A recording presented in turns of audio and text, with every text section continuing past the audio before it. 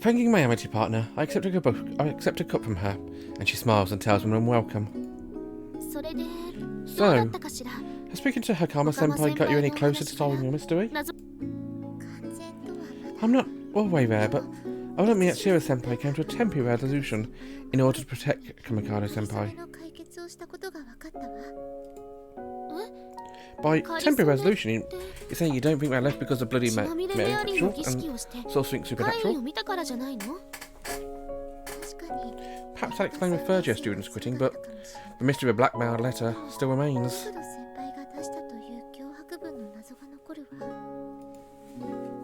Playing with rage, she nods to herself. So you're saying that there's someone who used the fact that those students dropped out to try and target Kamikado Senpai's name?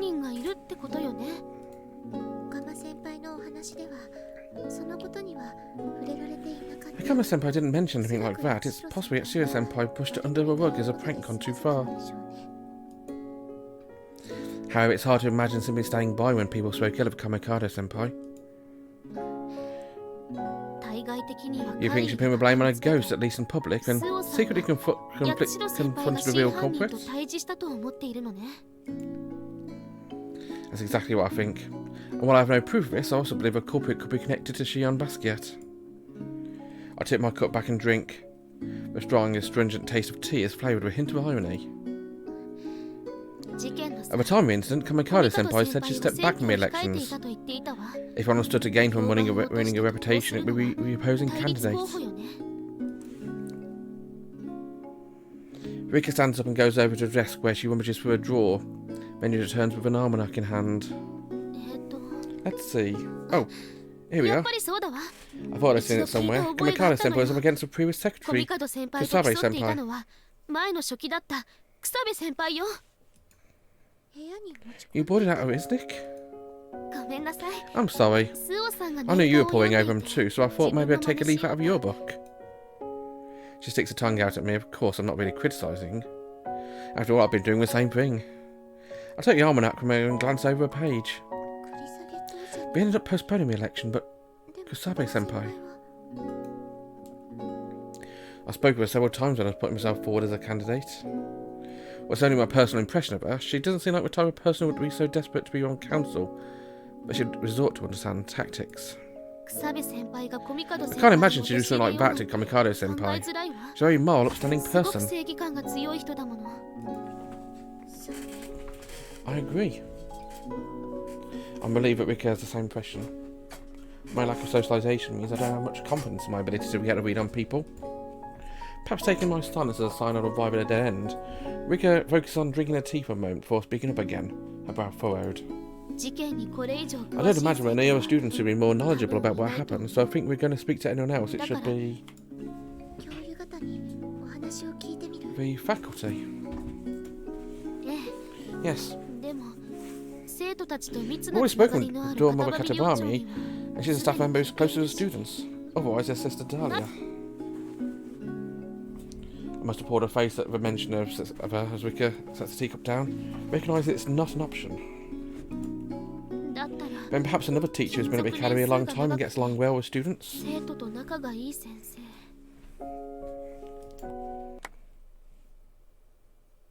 She muses and claps her hands together. Let's ask Miss Ishisuka. She fits the bill. Who was that? Is that her name I remember? Honestly, I can't remember.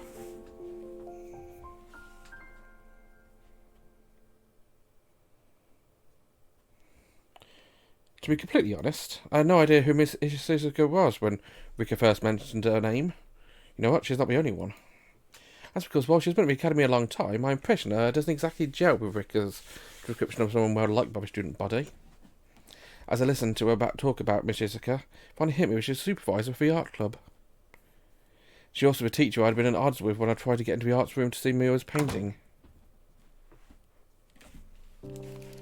However, when I went along with Rika to speak with her the following day, I was greeted with a very different attitude. I realise now that while she's a stickler for the rules, she does generally care about her students. My grandpa always said that people are multifaceted. After exchanging pleasantries and small talk, the conversation progressed even better than I had hoped for. The sun's already setting. I guess we're in bed for a while. Our success was all thanks to my Amitié partner and my good relationships I cultivated with her. Thanks, Rika-san. Oh no, don't mention it. Miss Ishizuka followed as a fellow tea connoisseur, so we chat from time to time. I see. Besides, I introduced you in the hope we'd get some useful information. None of it seemed particularly relevant. So that's not the case. She plainly thinks I'm just saying nice, but the truth is, I did glean some useful information. It's true that Hakama-senpai was able to provide more details of the incident. We did find out something new. We did? I heard about someone else who left for school. Oh, you mean the teacher left due to personal reasons? Miss Mayuri Kohsaka. The teacher with an unusual name who taught specimen preparation left the academy around the same time as the students. That photograph. It appears down at a photo we borrowed from Miss Ishizuka. Oh, she was pretty cute actually.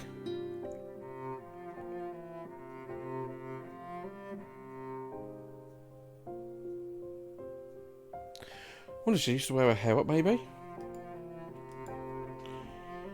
Shows Miss Kohsaka working in a specimen room. The camera zoomed in on her. She's wearing an apron and working on a wet specimen. Her expression is very serious as she focuses intently on her work. Seems like she came to work here a few years after Miss Ishizuka. And became quite close on the latter, showing her ropes. Reminds me of my grandfather's stories about a junior he took under his wing back when he was working as a doctor. They must be good friends where to take a photo like this. Miss Kohsaka taught specimen preparation right up until last year. Yes, it sounds like she was a really qualified teacher. Right now Sister Dahlia is filling in temporarily.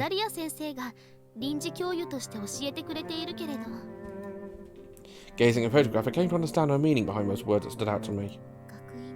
Her comment about being a loss for the academy was about Miss Kohsaka. I dropped my gaze back down to her photo.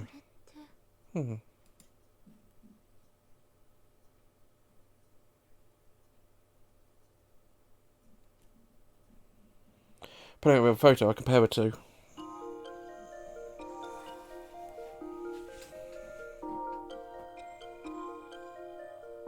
Oh. I thought so. Seeing the overlap set something off inside me, an alarm bell alerting me to the fact I'm missing something important. Well, yeah, I think I can see it.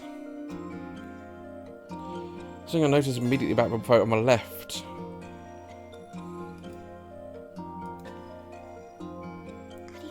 Thanks, Rika-san. You already thanked me. You deserve another. I couldn't do this on my own. The pieces of a puzzle collected so far are beginning to combine and start together. Feels like I'm trying to pull Henry Fonda in 12 Angry Men.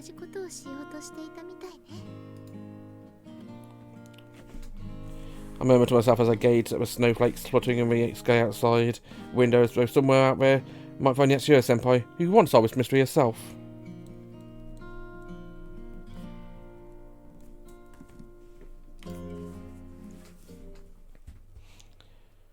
I can definitely see how those two photos are connected. Don't know if you saw it or not, but I definitely see how I saw it. But what connection has that got to go with the reason people left the academy? The snow has stopped falling, but a wind chill remains, gusting through the bare branches of the trees and shaking flurries of flakes from them. As I watched the tiny specks of powder floating in the wind, I internally sought for a piece of a puzzle. I examined all the pieces I've gathered thanks to Rika-san. I think I've pretty much all the information I need to make a deduction. Usually at this point I just need to propose and refine my hypothesis, but I feel like I'm still missing something. Right now it's like I have all a piece of a part, but nothing to stew it in. Yatsushiro-senpai would probably say something about plowing a field or forgetting the seed. A sucker for period drama, she would sometimes come out with old-fashioned turns of phrase, and thinking of the older girl reminds me of my grandfather. Perhaps they both use dated vocabulary? No, because both of them gave me the impression they were playing a part of themselves. Feeling a hand on my shoulder, I'd look up blearily into my Amity partner's face. President Shirahane? Her touch draws me out of my thoughts and back into her present. I'm in a council meeting. Are you alright? Unlike before, Rika's expression is clouded because she now knows exactly what I'm wrestling with. May I continue? Sabuki-san asked me in a hard tone, probably annoyed at having interrupted her supplementary budget proposal. And a nod. I'm sorry, please continue. Sends me a pointed look and carries on reading my Literature's Club budget details with the same steely voice. After a meeting, Suoh-san, I shoot off planning to head to a library so I can do some thinking about my deduction, when a voice stops me in my tracks. Rika walks over to me and addressed me in a low voice. You seemed distracted during the meeting. Were you worrying about the case?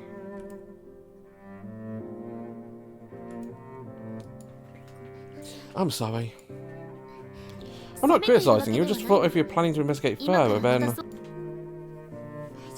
That's okay. I have enough information, and I just need to gather my thoughts. Then I can...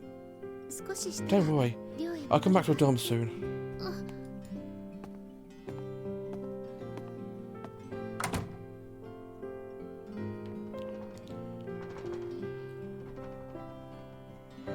A gust of strong wind rattles the window, and I turn my gaze outside.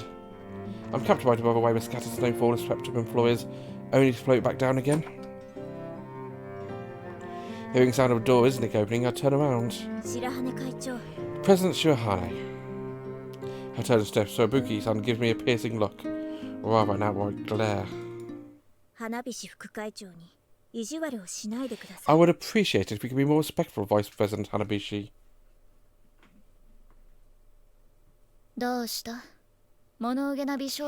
What's up?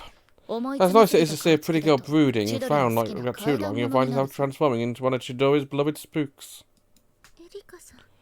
Erika-san. She's heading my way together with Ringo-san, who is becoming a common fixture of the handles of a wheelchair. Perhaps as Rika like Sabuki said. Oh, it looks like you've gone from behind brooding into a real fretting. Don't tell me you're still looking into a bloody Mary stuff. I am, but that's not what I'm thinking about. Do I seem like I'm losing Rika? Huh? What? That's ridiculous. Who said that to you? Erika quickly drops her voice and I raise my head to look at her. Tell me who's been talking crap about me, and I'll go give her a piece of my mind. Seeming angry in her face, I hurriedly tell her she's got the wrong end of a stick. Yeah, in what way? Indeed. Don't give it all to yourself, you can talk to us. It's not what you think, I wasn't paying attention at the council meeting. And now I've caused problems for Rika-san.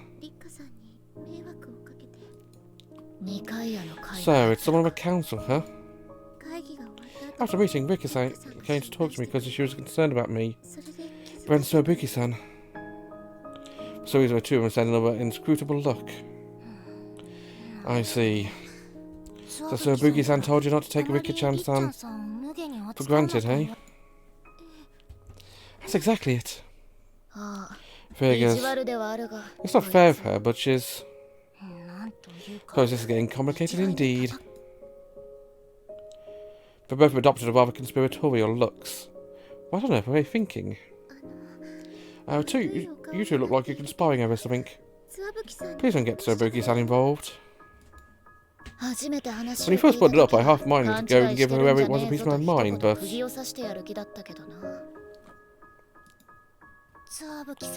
Considering Sabuki-san's feelings, it's understandable she'd react that way.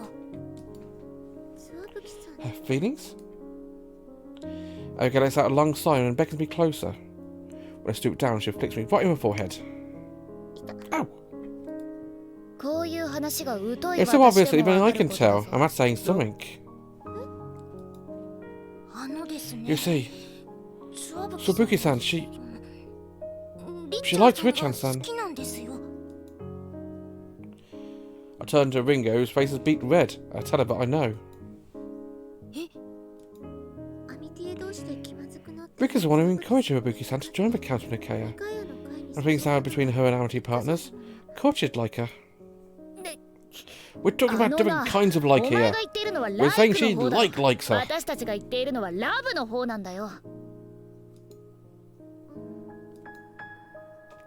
Hearing this, a realisation hits me. Still, though, I need a moment for its true comprehension.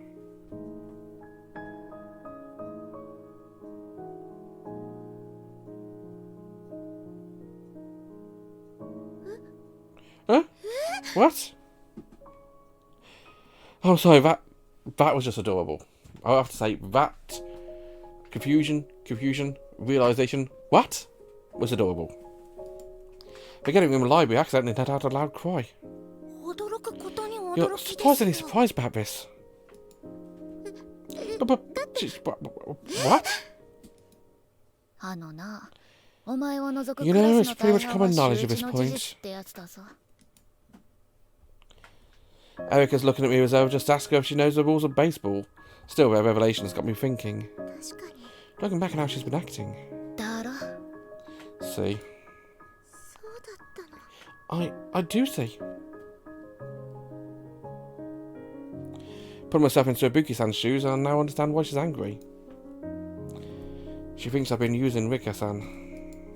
And it makes sense she would see it like that. Well, let's see. The one thing I can say is that you haven't done anything wrong. No one's at fault here. Except maybe the stars. Am I right? Erica slaps Ringo like on the butt, telling her that sarcasm is a thing. At the same time, I feel a heavy, jetic, inexplicably weight settled over my shoulders.